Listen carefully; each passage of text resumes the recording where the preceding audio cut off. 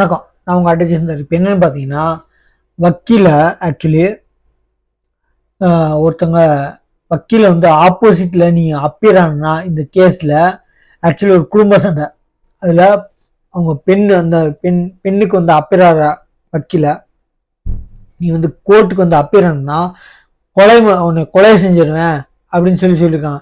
இதனால் எக்கச்சக்கமான அவங்க ஃப்ரெண்ட்ஸு ஆக்சுவலி அட்வொகேட்ஸு இது அட்வொகேட் தொழில் வந்து சேவை தொழில், சேவை சார்ந்த தொழில். நல்லா புரிஞ்சுக்கோங்க. ஏன்டா காசு வாங்கன்னு கேட்காதீங்க. எல்லா வக்கீலுங்களும் பொண்டாட்டிப்பில் இருக்கு. அந்த கோர்ட்டில் வேலை செய்யறதுக்கு சம்பளம் கொடுத்தே ஆகணும். அது கவர்மெண்ட் கொடுக்குறதுல யாரும் கொடுக்குறதில்ல.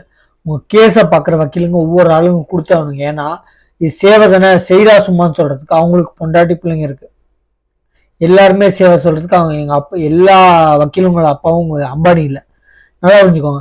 அப்போ கேட்குற சில வக்கீலுங்களுக்கு ஏமாத்துறவங்க வேலை செய்கிறவங்களுக்கு கொடுக்கவே மாட்டாங்க. என்ன பண்ணுன்னா இவன் ஏமாத்துறேன்னு கை காமிக்கிற வேலை செய்கிறவங்களுக்கு நிஜமாக சொல்கிறேன் கொடுங்க. நான் சொல்கிறேன் இந்த மாதிரி மேட்டலுக்கு எந்த வக்கீலாக இருந்தாலும் கூட ஒன்று சேருவாங்க. கர்நாடகாவில் வக்கீல்னா, தமிழ்நாட்டில் வக்கீல்னா பாய் காட்டு அப்படின்னு பண்ணுறாங்க. சரிங்களா? அதாவது ஒரு வக்கீலுக்கு பிரச்சனைனா மொத்த சங்கமும் சேர்ந்து கோர்ட்டை புறக்கணிக்கிறாங்க. ஆனால் கர்நாடகாவில் பார்த்துருக்கேன், டெல்லியில் பார்த்துருக்கேன். ஒரு வக்கீலை நீங்கள் ஏன்னு சொல்லி கோர்ட்டுக்குள்ளே மாட்டீங்க, இல்லை கோர்ட்டுக்கு விடிய வச்சு மாட்டீங்களோ, கோர்ட்டுக்கு விடிய வச்சு மாட்டாதான் சங்கம் வரும். என்னென்னா சங்கம் அப்பயும் வரும். எதுக்குன்னா அப்போ தான் வந்து ஆக்சுவலி இவங்களை அரெஸ்ட் பண்ணுன்னு சொல்லி போராட்டம் பண்ணுவாங்க. யார்? வக்கீலுங்க. கோர்ட்டுக்கு வெளியே. கோர்ட்டுக்குள்ள சப்போஸ் அதே ஒரு வக்கீல் மேலே தப்பு இருந்தாலும் சரி, வக்கீல் மேலே தப்பில்லான்னு சரி, மிரட்டினாங்கன்னா ஏன்னு சொன்னா போதும், போலீஸ் பட்டாலுமே வந்தாலும் வக்கீலுங்க வச்சதான் சட்டம். கையை அவங்க அடிச்சு அங்கே உட்கார வைப்பாங்க. யாவன் அடிச்சானோ அவன் மேல எஃப்ஐஆர் பதிவு வைப்பாங்க. நல்லா புரிஞ்சுக்கோங்க. தமிழ்நாடு தான் பாய் காட்டுன்னு சொல்லி ஆக்சுவலி அவங்க சட்டத்தை மதிக்கணும்னு சொல்லி எத்தனை நாள் பாய் காட் பண்றாங்க. அதாவது நாங்கள் சட்ட வேலைகளை செய்ய மாட்டோம் அப்படின்னு சொல்லி புறக்கணிச்சுட்டு ஸ்ட்ரைக் பண்ணுவாங்க. என்னன்னு பார்த்தீங்கன்னா, நான் கர்நாடகாவில் பார்த்துருக்கேன், டெல்லியில் பார்த்துருக்கேன். என்னன்னு கர்நாடகா, பெங்களூர்ல நான் கன்னடா பார்த்துருக்கேன். என்னன்னு பார்த்தீங்கன்னா, சப்போஸ் ஒரு வக்கீல கொலை மிரட்டலோ இல்லை மிரட்டு அடிதடியோ சண்டைன்னு பார்த்தீங்கன்னா, கோர்ட்டுக்கு வெளியே மொத்த சங்கமும் சேர்ந்து அந்த அடித்தவனை யாரை எதிராளியோ அவங்க மேலே எஃப்ஐஆர் ஃபைல் பண்ணி செஞ்சு உயிராபத்துலேருந்து காப்பாற்றுங்க அப்படின்னு சொல்லி போராட்டம் பண்ணுவாங்க வக்கீலுங்க சங்கம். அதே கோர்ட்டுல பண்ணீங்கன்னா சங்கத்துல யார் வக்கீல் அந்த கருப்பு கோட்டை போட்டுறாங்க இல்லைன்னு தெரியல, வக்கீல் அவங்க அப்பதான் தெரிய வரும் என்னன்னு ஏன்னு சொல்லி கையை வாங்கிட்டீங்கன்னா போலீஸ் பட்டாலுமே வந்தாலும் சரி வக்கீல் வச்சதான் சட்டம். அடி பெண்டு நிமித்திடுவாங்க. கண்ணால பார்த்துருக்கேன். தப்பு இல்லைங்க. ஏன்னா ஒரு வக்கீலுக்கு பிரச்சனைனா மொத்த வக்கீலும் சேருவாங்க. இது ஆக்சுவலி இதை பார்த்து நான் வந்து தமிழ்நாடு சொல்லணும்னு இருந்தேன். ஆக்சுவலி நான் அவ்வளோ அளவுக்கு எக்ஸ்பீரியன்ஸ் இல்லைங்க. என்னன்னு பார்த்தீங்கன்னா இதே மாதிரி ஏன் இதுல நடந்திருக்கு. ஆக்சுவலி நம்ம தமிழ்நாட்டில் ஒரு சென்னை ஒரு பார்ட்டி ரேப் கேஸ்ல ஒரு அக்யூஸா அரெஸ்ட் ஆயிருந்தான். பெயில் அப்ளிகேஷன் டிஸ்ட்ரிக்ட் கோர்ட்டில் போட்டிருந்தேன், செஷன்ஸ் கோர்ட்டில் ரிஜெக்ட் ஆயிடுச்சு. அதை சார்ந்து வந்தவங்க பொண்ணு அந்த பையனோட மாமா என்னை அடிக்க வேண்டாம். ஆக்சுவலி ஒன்று கூடிய வக்கீலுங்களாம் சேர்ந்து தமிழில் பேசினா, நானும் தமிழில் பேசினேன். என் கார் பார்க்கிங் கிட்ட வந்து அவன் அடிக்க வந்துட்டான். மொத்த வக்கீலும் சேர்ந்து எப்படா நீ வக்கீல் மேலே கை வைக்கலாம்னு சொல்லி வந்துட்டாங்க. நான் சொல்லி விட சார் தெரியாம வந்துட்டாங்க கொடுங்க. ஆக்சுவலி வேற ஸ்டேட்ல வந்திருக்காங்க. கை வச்சா வக்கீலுங்களுக்கு கேட்ட பேர் சார் விட்டுருங்க அப்படின்னு சொல்லி அனுப்பிச்சு அப்பயே நான் சரின்னு சொல்லியிருந்தா நான் சும்மா இருந்தா போதும் மொத்த வக்கீலுங்க சேர்ந்து அடிச்சிருப்பாங்க. அவன் வயசான வேற. ஆக்சுவலி அவன் பண்ண தப்பு. எப்படா நீ வந்து நீ சொன்ன நீ வேலை பார்த்தேன் ரிஜெக்ட் ஆயிடுச்சு வெயில். ரேப் கேஸ்க்கு வந்து எனக்கு தெரிஞ்ச வக்கீலா இருக்காங்க, சுப்ரீம் கோர்ட்ல இருந்து இறங்கியிருப்பேன். அவங்க கொடுத்தது வெறும் 3000 தான். நல்லா புரிஞ்சுக்கோங்க. அதை ஆக்சுவலி எனக்கு ரெஃபர் பண்ணது சென்னை வக்கீல். என்னைய சார்ந்து அவன் ஒரு 50,000 போட்டு யாரோ வக்கீல ஒருத்தர் வாங்கிட்டாரு. 50,000 அப்பதான் தெரிய வந்துச்சு. என்னைய என் பேர் சொல்லி அது என் பேர் சொல்லி அந்த வக்கீல் வாங்கியிருக்காப்ல. வேலை செஞ்சதுக்கு 3000. ஆனா கெட்ட பேரு நீ ஏன்டா பெயில் எடுத்து கொடுக்கல அப்படின்னு சொல்லி பிரச்சனை. நல்லா புரிஞ்சுக்கோங்க. ரேப் கேஸ்க்கு ஒரே நாள் எடுக்கணுமா. பண்ணது ரேப்பு, பண்ணது முளமாடித்தனம். என்னைய என் பேரை சொல்லி இன்னொருத்தர் சென்னையில வாங்கிட்டாரு வக்கீல். ஆக்சுவலி அவன் தான் வக்கீல அப்படி சொல்லக்கூடாது. முள்ளவாரித்தனம் வந்து இந்த மாதிரிதான் வக்கீலுங்க பண்றாங்க. பண்ற வக்கீலுங்க யாரும் நேர்மையா கொடுக்கறது இல்லை. ரிஜெக்ட் ஆன பெயிலுக்கு நீ ஏன்டா கொடுக்கல பெயில் அப்படின்னு நான் என்னங்க வேலை தான் செய்ய முடியும். கொடுக்கறது கொடுக்காத ஜட்ஜுங்க. சரிங்களா? ஜட்ஜு ரேட் ஆக்சுவலி அதுவும் கொடுக்க முடியாதுங்க. ஏன்னா ரேப்புன்ற போது அவன் பக்கா எவிடன்ஸோட வீடியோவோட போடும்போது ரேப் எப்படிங்க அலோ பண்ணுவாங்க பெயில? ஏன்னா ரேப்பு வந்து பக்கா பண்ணியிருக்கும் போது தப்பு வந்து நம்ம சைடு இருக்கும்போது நான் வந்து பேச முடியும். என் சைடு என்ன இருக்கோ ஆக்சுவலி என் கிளைண்ட்டுக்கு என்ன இருக்கோ அதை தான் சொல்லி பேச முடியும், தவிர நான் பெயில் கொடுக்க முடியாது. இந்த மாதிரி சூழ்நிலை பார்த்தீங்கன்னா இந்த ஆக்சுவலி நாட்டுக்கோட்டை நகரத்தான் இருக்கு ஒருத்தர் ரொம்ப ஃபேமஸ். ஆக்சுவலி நாட்டுக்கோட்டை நகரத்தார்னா அந்த காலத்தில் வைரமும் தங்கத்தையும் பாதுகாத்தவங்க. சரிங்களா? நான் இந்த ஜாதி பேசல, இந்த ஜாதியை பற்றி பேசல, இந்த ஜாதி உயர்ந்த ஜாதி கம்மி ஜாதின்னு பேசவே இல்லை. அந்த ஜாதியில் ஆக்சுவலி அந்த கேஸ்டில் ஜாதியை பற்றி பேசுவாங்க. அந்த கேஸ்டில் ஒரு 3-4 விஷயம் செஞ்சு ரொம்ப பிடிச்சிருக்குங்க. என்னன்னு பார்த்தீங்கன்னா 5 தலைமுறை இருக்கட்டும், 6 தலைமுறை இருக்கட்டும், இப்பெல்லாம் இல்லைங்க. அப்பெல்லாம் இப்போ உங்கள் அப்பாவோட அப்பா பேர் கேட்டிங்கன்னா கரெக்டாக சொல்லிடுவீங்க. அவங்களோட அப்பா பேர் கேட்டிங்கன்னா சில பேர் சொல்லுவாங்க. 5 தலைமுறை 6 தலைமுறை யாரை கேட்டாலும் இந்த நாட்டுக்கோட்டை நகரத்தார் கேஸ்ட்ல பக்காவா சொல்லுவாங்க. ஏன்னா அவங்க ஒரு வாழையடி வேலையா ஒரு பாரம்பரிய பழக்கம் வச்சிருக்காங்க அந்த காலத்துல. இப்போ வந்து லேட்டஸ்ட் பேர் இருக்கணும் கூப்பிடுற ஒரு பேர், சர்டிபிகேட் ஒரு பேர் மாத்திட்டாங்க. அந்த காலத்துலலாம் 5 தலைமுறை 6 தலைமுறை 7 தலைமுறை பேர் கிளீனா சொல்லுவாங்க. அப்பாவோட பேர், அவங்க அப்பாவோட பேர், ஈஸியா அவங்க அம்மாவோட பேர், 7 தலைமுறை 8 தலைமுறை பேர் சொல்லிட்டு இருந்தாங்க. அப்போ இன்னொன்னு என்னன்னா அவங்க கேஸ்ட்ல நாட்டுக்கோட்டை நகரத்தார்ல கேஸ்டனை பத்தி பேசவே இல்லை. அந்த கேஸ்ட்ல பாரம்பரியம் வழக்கமா ஃபாலோ பண்ற விஷயம் கழுத்தின்னு சொல்லுவாங்க. தாலி கட்டுறது நார்மல் தாலி, நார்மல் டெய்லி யூஸ்க்கு ஒரு தாலி தங்கத்துல. ஆனா கழுத்தீர்னு போடுற தாலி வந்து அன்னைக்கு மட்டும் கட்டுவாங்க. அந்த காலத்துல 100 பவுன் இருந்துச்சு. இப்ப விற்கிற வேலையில 10 பவுன் போட்டாலே பெருசு. ஆனா அந்த தாலி எந்த கேஸ்ட்லயும் நான் பார்த்தது இல்லைங்க. அந்த அளவுக்கு கொத்து கொத்தா இருக்கும். டெய்லி யூஸ்க்கு ஒரு தாலி, இந்த ரெகுலர் கட்டுறது ஒரு தாலி. என்னன்னு பாத்தீங்கன்னா இப்போ நான் வந்து ஆக்சுவலி ஒரு அந்த நாட்டுக்கோட்டை நகரத்தார்ல இருந்து வந்தவங்க தான் நான் கேஸ்ட்டை பத்தி பேசவே இல்லை. இன்னொன்னு என்னன்னா ஆக்சுவலி என் அந்த நாட்டுக்கோட்டை நகரத்தார்ல எனக்கு ஒரு தெரிஞ்சவங்க ரிலேஷன் இருக்காங்க. அவங்க ஹஸ்பண்ட் வந்து 8 வருஷமா வேலை போயிடுச்சு அந்த பொண்ணுக்கு, அந்த லேடிக்கு. சரிங்களா? நான் என்ன சொன்னேன், நான் வந்து இந்த தமிழன் படத்துல விஜய் சொல்ற மாதிரி வாய்க்கா வித்து வரப்ப வித்து வாய்க்கா வித்து கடைசியா லாயர் கொடுத்த மாதிரி சொல்ற எடுத்து எல்லா கிளைண்ட்டுகளுக்கும் ஃபர்ஸ்ட் சுமூகம் முடிக்க பார்ப்பேன். கடைசியா வச்சிருக்க ஒரு துரும்பு தான் கோட்டு. செலவழிச்சு காசையே நட்டோம்னா ஆக்சுவலி லாபம்னா பரவாயில்ல, நட்டமா லாபம்னா அதுக்கப்புறம் தான் தெரியும். ஆழம் தெரிஞ்சுதான் காலம் முடியும். அதனால என்ன சொல்லுவேன், எவ்வளோக்கு எவ்வளோ முடிக்க முடியுமோ வெளில ஈஸியா பஞ்சாயத்து பண்ணி முடிச்சுக்கோங்க. இப்படி எந்த விஷயமா இருந்தாலும் சரிங்க பேசி பார்ப்பேன். முடியாத பட்சத்துக்கு ஆப்போசிட் கட்சிக்காரன் போராட்டம் பண்ணினா கோர்ட்ல பாத்துக்கிறது. என்னன்னு பாத்தீங்கன்னா இந்த விஷயத்துல அவங்க ஒரு 7-8 வருஷமா 9 வருஷமா வேலை போச்சு. ஒரு வேலையா இருந்தாரு. என்ன அவர் பேர் சொல்ல விரும்பல, எனக்கு தெரிஞ்சவங்க ரிலேஷன் வேலை பார்த்துருந்தாரு. வேலை போயிடுச்சு. வீடு வாங்கியிருந்தாங்க லோன் போட்டு. அந்த லேடி வந்து என்ன பண்றாங்க, ஆக்சுவலி அப்பதான் வந்து பியூட்டி பார்லர் ட்ரைனிங் ஆக்சுவலி அப்பதான் பழகிட்டு இருக்காங்க. பியூட்டி பார்லர் ஓப்பன் பண்றதுக்கு அவங்களுக்கு கொஞ்சம் ஹெல்ப் பண்ணாரா இல்லை அந்த அம்மா ஹெல்ப் பண்ணிச்சா அதெல்லாம் தெரியாது. ஆனா வேலை போனதுல இருந்து வீட்டை கவனிக்கிறது இல்லை. இன்னொன்னு கேளுங்க, வேலை போயிடுச்சு, நான் அதையும் தப்பா சொல்ல, ஏன்னா வேலை எப்போ போகும் யாருமே கேரண்டி இல்லை. கவர்மெண்ட் வேலை இல்லை. கவர்மெண்ட் வேலையே இப்போ ஸ்ட்ரைக் பண்ணிருக்க தூய்மை பணியாளர்களுக்கே கேரண்டி இல்லை. அந்த மாதிரி இருக்கு. கவர்மெண்ட் நம்பி வேலை பார்த்தவங்களுக்கே கேரண்டி இல்லாதப்போ இவர் பிரைவேட்ல வேலை பார்த்தாரு. நல்லா உயர்ந்த சம்பளம், நான் கிடைச்ச வேலைக்கு போறதுக்கு ரெடி இல்லை. இன்னொன்று பார்த்துக்கோங்க, 2 பிள்ளைங்க, பையன் 1 பொண்ணு 1. இன்னைக்கு வரைக்கும் எந்த வேலைக்கும் போலங்க. நான் ஆமான்னு தாழ தூக்கிட்டு ஆம்பளை 2 பிள்ளை பேத்துக்கு மட்டும் ஆம்பளை இல்லைங்க. நீங்க எங்க வேணாலும் பார்த்துக்கோங்க. என் வீட்டு தெருநாய் கூட 10 குட்டி போட்டுச்சு, நான் உனக்கு சொல்லி பார்த்துட்டேன், கேட்கல. அந்த பொண்ணு லேடிக்கு சொன்னேன் டைவர்ஸ்ன்ற போகாத. நானும் சொன்னேன் டைவர்ஸ்ன்ற போகாத, நாளைக்கு பிரச்சனை தான், காசு செலவு தான், சொல்லி பாருங்க. திட்டியே பார்த்துட்டேன், கேட்கல அப்படின்ட்டாரு. தயவுசெய்து சொல்றேன், கோர்ட்டை பத்தி நல்லா தெரியும், அலையாத, இன்னும் செலவழிக்காத, இந்த விஷயத்துக்காக விட்டு தொலை. முடியலையா, ரொம்ப டார்ச்சர் பண்றாரா, தொலைச்சூர் வீட்டுல இருந்து. ஏன்னா 1 ரூபா கூட காசு கொடுக்கறது இல்லை. வீட்டுல உட்காந்துட்டு அந்த பொண்ணு லேடி சம்பாதிக்கிற காசை எனக்கு 1 ரூபா கூட அவ்வளோக்குன்னு புடிங்கிட்டு போறாப்ல. நல்லா பண்ணிட்டுக்கோங்க. அந்த லேடி வந்து இப்போ பியூட்டி பார்லர் பார்த்துட்டு இருக்காங்க. அதை வச்சு அந்த பொண்ணுக்கு அந்த 2 பிள்ளைங்களுக்கு ஃபீஸு பிளஸ் வீடு வாடகை அந்த சொந்த வீடும் லோன்ல போட்டிருந்தது வித்துட்டாங்க. ஏன்னா பேங்க்காரன் வந்துட்டான் கட்ட முடியலன்னு. இவங்க என்ன பண்ணிட்டாங்க, வேற யாருக்கு வித்து பேங்க் லோன் அடைச்சு இப்போ அவங்க பியூட்டி பார்லர் வச்சிருக்காங்க, சொந்த வீடு வந்து வாடகை வீடு வச்சிருக்காங்க. வாடகை 2 பிள்ளைங்களுக்கு ஃபீஸு. என்ன பண்ணாலும் ஒரு லிட்டர் பால் கூட வாங்கி கொடுக்க மாட்டேங்கிறாப்புல. இந்த லேடிக்கிட்ட இருந்து வாங்கி காசை புடிங்கிட்டு போறாப்புல, வாங்கிட்டு போறதில்ல புடிங்கிட்டு போறாப்புல. நான் சொல்லிட்டேன், ரொம்ப முடியலையா தயவு செஞ்சு டைவர்ஸ் இதெல்லாம் வேணாம் விட்டுரு, யாரையும் நம்பி போனா நான் வக்கீல்னு பார்த்தா இப்படி சொன்னா, நான் இப்படி சொன்னேன்றதுக்கு நான் வந்து டைவர்ஸ் போட சொல்லிடுறேன். ஏன்னா நான் வக்கீல்ல, அவர் தெரிஞ்சுதான் வந்து சில பேர் வக்கீலுங்க ஏமாளி வக்கீல் தான்.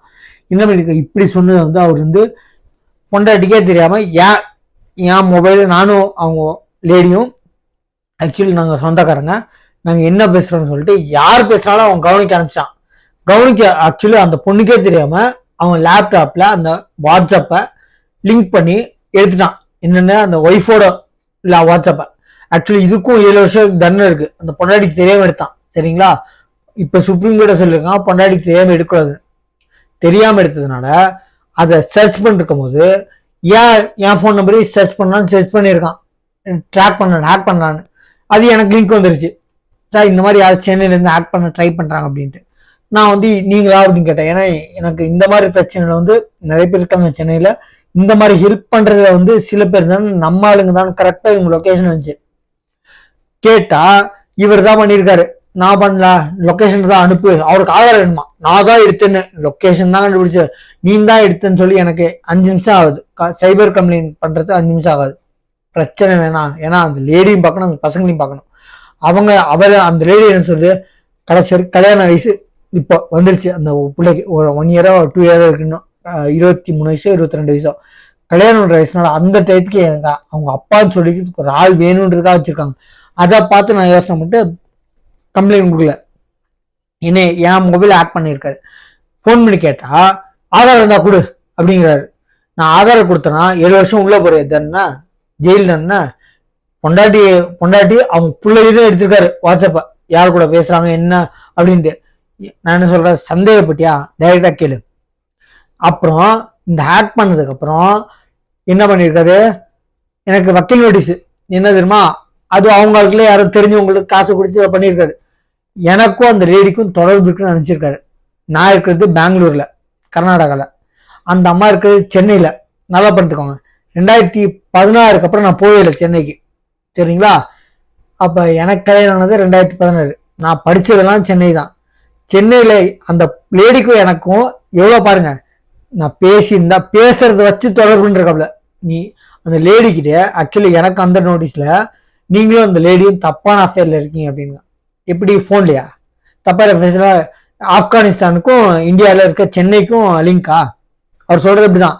என்னன்னு பாத்தீங்கன்னா, இப்படியாவது சொன்னா நான் வந்து அவங்களுக்கு ஹெல்ப் பண்ண மாட்டேன், டைவர்ஸ் மெயின்டெனன்ஸ் நான் சொல்லிட்டேன், டைவர்ஸ் மெயின்டெனன்ஸ்ல வேணாம், சம்பாதிக்கிறேன் நீ ஏதோ தட்டு தர மாதிரி வந்துட்ட பியூட்டி பார்லர் வச்சு, அவனுக்கு அந்த ஆளுக்கு காசு கொடுக்காம பிள்ளைங்களுக்கு செலவு வச்சு நிம்மதியா இரு அப்படின்ட்டேன்.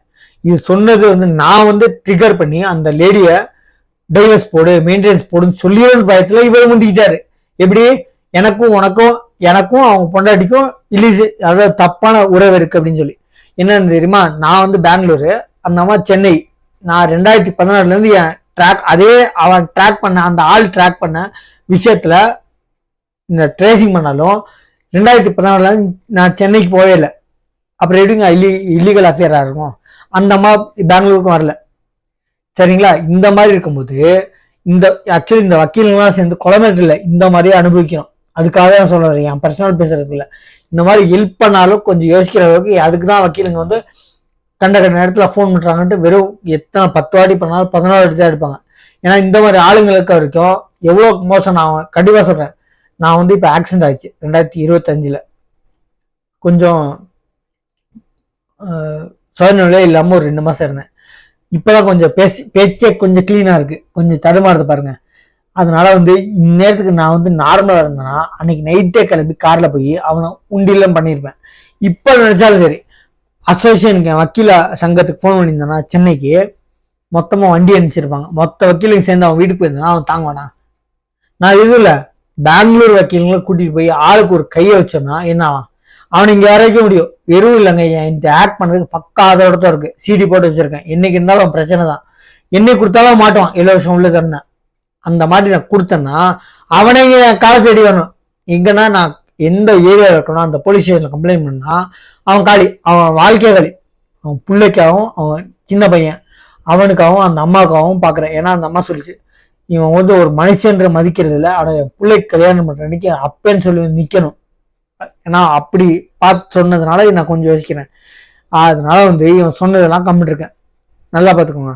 இந்த மாதிரி இருக்காங்க ஆளுங்க. இது மாதிரி நாளைக்கு கொலை மிரட்டல், இந்த மாதிரி இல்லீகல் அஃபேர்னு சொல்லிட்டு எப்படி போன்ல வந்து நார்மலா அந்த மாதிரி சீட்டு போடுறாங்க.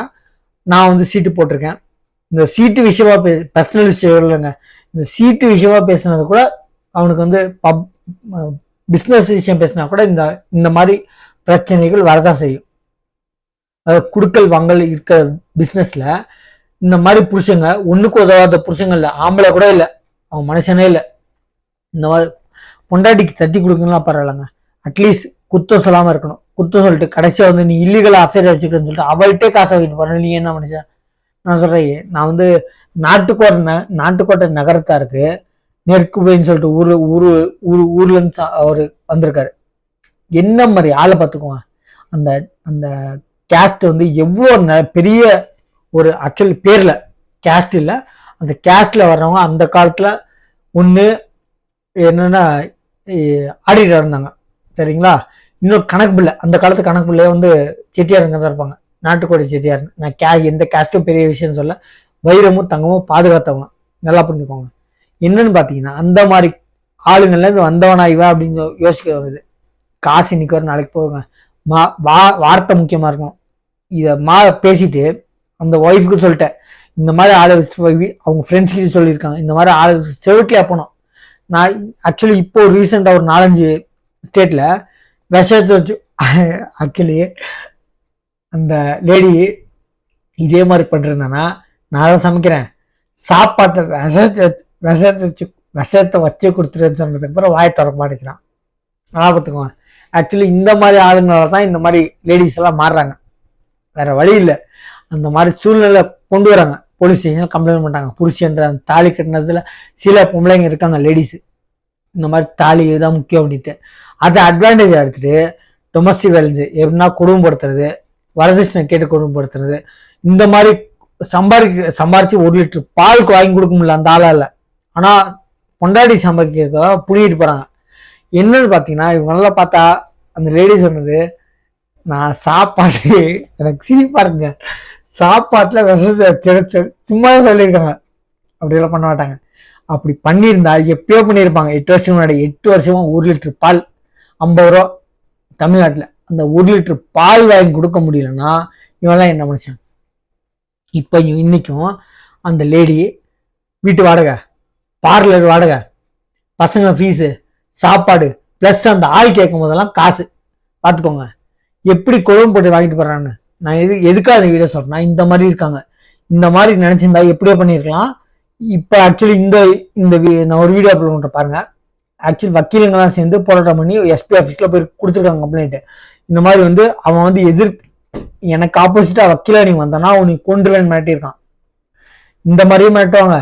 இந்த மாதிரி இல்லீகல் அஃபேர்னு சொல்லிட்டு யார் லேடிஸ் இருந்தாங்கன்னா அப்போ லேடிஸ்க்கு லேடிஸ் தான் அப்படின்னு சொல்லிட்டு இவனால வந்து இவன் சட்டமே கொண்டு வரணும்.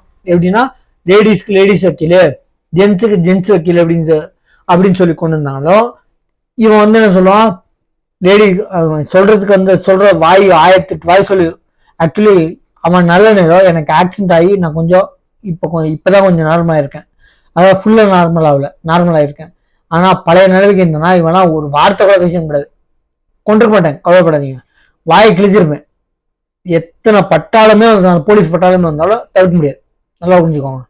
என்னை கொலை மிரட்டலும் கொடுத்தாலும் கூட இவன் தான் என்னை கொலை மிரட்டல் விட்டான், என் போனை ஆட் பண்ணியிருக்கான். நான் இப்பயும் சிடி போட்டு வச்சிருக்கேன், கேட்டா ஆதாரம் கொடு, எவிடன்ஸ் கொடு அப்படிங்கிறான். இந்த மாதிரி இருக்க வரைக்கும் வக்கீலுங்க வாடுறது கஷ்டம். ஏன்னா எங்களுக்கும் பொண்டாட்டி பிள்ளைங்க இருக்கு. நாங்க வந்து வாடுறதுக்கு என்னன்னா நிஜமா வக்கீலுன்னு சொன்னா வந்தா காசை வாங்கிட்டு வேலையை பார்த்துட்டு போகணும். நல்லது சொல்லவே கூடாது, நல்லது சொன்னா இந்த மாதிரி ஆகுங்க. நான் என்ன சொன்னா வக்கீல சொல்ற மாதிரி சொல்லியிருந்தா ஆக்சுவலி வக்கீலுங்க வேலைன்னா காசை வாங்கிட்டு கரெக்டா போயிருக்கணுங்க. இந்த மாதிரி நல்லது சொன்னல தப்பு தான். நல்லது சொன்னா ஆகாதுங்க. நல்லது சொன்னா இந்த மாதிரி சீண்டி பார்ப்பாங்க, நீ என்னடா நல்லா சொல்ற அப்படின்னு. அதனால நம்ம சேனலை சப்ஸ்கிரைப் பண்ணி பாருங்க. இந்த வீடியோ இருக்கவர் வந்து எனக்கு என் பொண்டாட்டிக்கு எதிராக நீ வந்து அப்பியர் ஆனா, என் பொண்டாட்டிக்கு ஆஜரானா கோர்ட்டுக்கு உன்னை கொன்று வேண்டியிருக்கா. இதனால ஒரு ஒட்டுமொத்த வக்கீலையும் சேர்ந்து புகாரை கொடுத்துருக்காங்க. சரிங்களா? அதாவது வந்து அவர் கம்ப்ளைண்ட் பண்ணியிருக்காரு, எஃப்ஐஆர் ஆகல, எஃப்ஐஆர் போட்டிருக்காங்க, பட் அரெஸ்ட் ஆகல. நல்லா பண்ணிக்கோங்க. இவங்களை ஏன் அரெஸ்ட் பண்ணணும்னு கேட்டுதான் எஸ்பி ஆஃபீஸ்க்கு மொத்தமாக சேர்ந்து போயிருக்காங்க. இது மாதிரி ஆக்சுவலி எனக்கும் பண்ணுறதுக்கு கம்ப்ளைண்ட் ஆகுது. வக்கீலுங்க நியாயமா இருந்தா இந்த மாதிரி சூழ்நிலைகளை வந்தே தீரும். நம்ம வீடியோ சேனல் சப்ஸ்கிரைப் பண்ணிட்டு பாருங்க. தேங்க்யூ.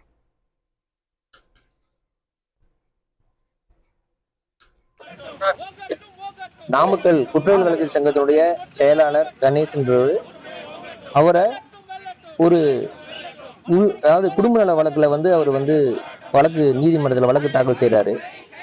அவர் வந்து சங்கீதாங்கிற ஒரு பெண்ணுக்காக அவருடைய கணவருக்கு எதிராக விவாகரத்து வேணும்னு சொல்லிட்டு வழக்கு தாக்கல் செய்யறாரு. இதை தெரிஞ்ச இவருடைய கிளைண்ட் சங்கீதாவோட வீட்டுக்காரர் முருகானந்தங்கிறவர் இவருடைய ஆபீஸ்க்கே கத்தி எடுத்து வந்து இந்த வழக்குல நீ ஆஜராகக்கூடாதுன்னு சொல்லிட்டு கொலை மிரட்டல் விடுக்கிறார். அதுக்கப்புறம் இது சம்பந்தமா காவல் நிலையத்துல புகார் கொடுக்குது. எந்த நடவடிக்கை எடுக்கல. நல்லிபாளையம் காவல் நிலையத்துல புகார் கொடுக்குறாரு. நல்லிபாளையம் காவல் நிலையம் வழக்கு பதிவு செய்யல. அதுக்கப்புறம் 1/8/2025 அன்னைக்கு போன்ல மிரட்டுறார், கொலை மிரட்டல் விடுக்கிறார். இந்த வழக்கு வந்து நீ வந்து இந்த வழக்குல இருந்து நீ வரலனா, வெளியில போகலனா உன்னை கொலை பண்ணுவேன், எப்ப நோட்டீஸ் என் வீட்டுக்கு வருதோ அப்ப உன்னை கொலை பண்ணுவேன்னு சொல்லிட்டு சொல்றாரு. இது சம்பந்தமாகவும் மறுபடியும் வந்து காவல் நிலையத்தில் அணுகி புகார் கொடுக்குறோம். அதுக்கப்புறம் நடவடிக்கை இல்லைன்ட்டு மாவட்ட காவல் கண்காணிப்பாளர் அவரை பார்க்குறோம்.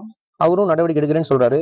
ஆனா இன்ன வரைக்கும் வழக்கு வந்து 5/8/2025 தான் வழக்கு போட்டிருக்காங்க. வழக்கு போட்டுட்டு அன்னைக்கு எதிரியை வந்து கைது செய்து கொண்டு வராங்க, காவல் நிலையத்துக்கு கூட்டு வராங்க. ஆனா மறுபடியும் கொண்டு போய் இவங்களே கொண்டு போய் காவல் வாகனத்தை கொண்டு போய் விட்டு வந்துட்டாங்க. மீண்டும் அந்த எதிரி இவருக்கு வழக்கறிஞருக்கு போன் பண்ணி மீண்டும் கொலை மிரட்டல் விடுக்கிறார். இப்ப தமிழ்நாட்டுல இது மாதிரி வழக்கறிஞர்களை வந்து இப்ப இது மாதிரி வந்து நேரடியா வழக்காடிகள் மிரட்டுறதும், நிறைய இடத்துல வந்து வழக்கறிஞர்களை வந்து வெட்டி கொலை செஞ்சிருக்காங்க. மீண்டும் மீண்டும் கொலை மிரட்டல் கொடுக்குறாப்புல. அதுக்கு தெரிஞ்சு கூட காவல் நிலையத்துல வந்து ஒரு இன்ஸ்பெக்டர் வந்து நடவடிக்கை எடுத்து குற்றவாளியை கைது செய்யலன்னா அது சம்பந்தமா குற்றவாளி கைது செய்யணும்னு சொல்லிட்டு நாங்க வந்து இப்ப எஸ்பி வந்து பார்க்க வந்திருக்கோம். இதுவரைக்கும் நல்லிபாளையம் காவல் நிலையம் எந்த நடவடிக்கை எஃப்ஐஆர் மட்டும் போட்டிருக்காங்க.